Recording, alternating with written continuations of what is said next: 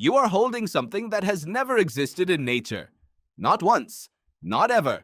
Look around the room you're in right now. Your phone case, your pen, the remote control by your hand. All of it is made from a material that the Earth never produced on its own, not in 4 billion years of chemistry.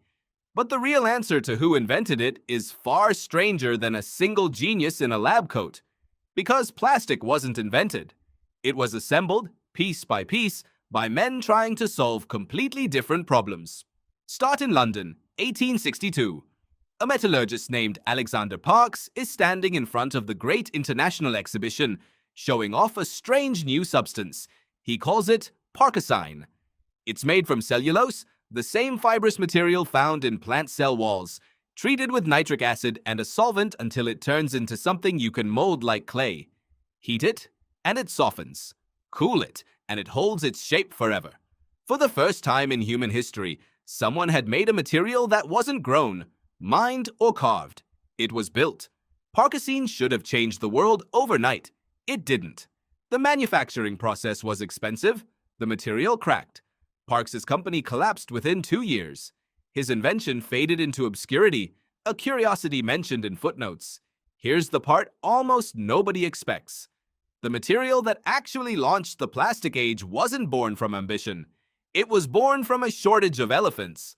By the 1860s, the billiard industry had a crisis. Ivory, harvested from elephant tusks, was the only material stiff and dense enough to make a proper billiard ball.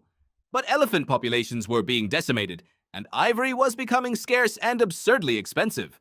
In 1863, a New York manufacturer offered $10,000, an enormous fortune at the time, to anyone who could invent a synthetic replacement. A young printer named John Wesley Hyatt took the challenge seriously. He wasn't a chemist. He wasn't formally trained in materials science. He was a tinkerer with a financial incentive and a stubborn streak. Hyatt experimented for years. He built on Parkes' cellulose nitrate chemistry, refining it, stabilizing it, making it something you could actually manufacture at scale. In 1869, he patented celluloid. Celluloid didn't just replace ivory billiard balls, although it did that too. It replaced tortoiseshell combs. It replaced bone-handled knives. It became the material behind the first flexible photographic film, which is the reason Thomas Edison could invent motion pictures at all. Without Hyatt's celluloid, there might be no cinema as you know it. But notice something. Celluloid still wasn't fully synthetic. It still needed cellulose, a natural plant fiber, as its foundation. Humanity had modified nature. It hadn't yet escaped it. That escape happened in 1907 in a home laboratory in Yonkers, New York, built by a Belgian-American chemist named Leo Bakelite. Bakelite had already made one fortune. He'd invented Velox, a photographic paper so successful that George Eastman, the founder of Kodak, bought the rights for the equivalent of tens of millions of dollars today. Bakelite didn't need to work again. He built a private lab anyway, obsessed with a problem that had frustrated chemists for decades. What happens when you combine phenol and formaldehyde under heat and pressure? Other chemists had tried this reaction before and gotten a sticky, useless mess. Bakelite was more patient. He controlled the temperature. He controlled the pressure. And instead of a mess, he got a hard, moldable resin that, once set, would never soften again. It resisted heat. It resisted electricity. It resisted solvents. He called it Bakelite.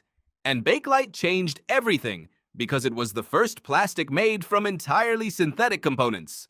No plant fiber. No natural base material at all. Just chemistry, built from scratch by a human hand.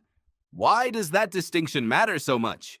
Because it meant humans were no longer limited by what nature provided.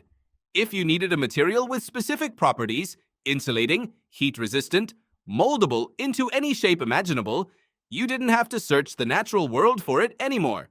You could design it. That single shift is why Bakelite is often called the father of the plastics industry. Bakelite showed up in radios, telephones, electrical switches, kitchenware, jewelry, even early machine gun parts in World War I.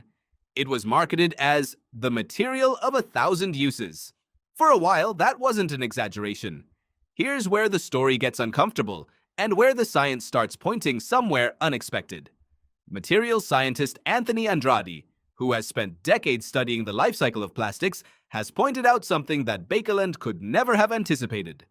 The very property that made Bakelite revolutionary, its refusal to break down, is the same property causing the problem you're living inside right now. Plastic doesn't return to the earth the way wood or bone does. It fragments. It persists.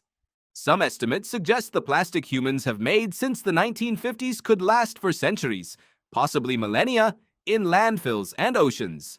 In 2017, environmental engineer Roland Geyer led a landmark study calculating just how much plastic humanity has ever produced. The number was staggering, over 8 billion metric tons since large-scale manufacturing began. Of that, researchers estimated less than a tenth had ever been recycled. The rest sat in landfills, burned in incinerators, or drifted into rivers and oceans. And it was ecologist Jenna Jambek, working with an international team of researchers who calculated something even more specific: roughly 8 million metric tons of plastic waste entering the ocean every single year. Not eventually, every year.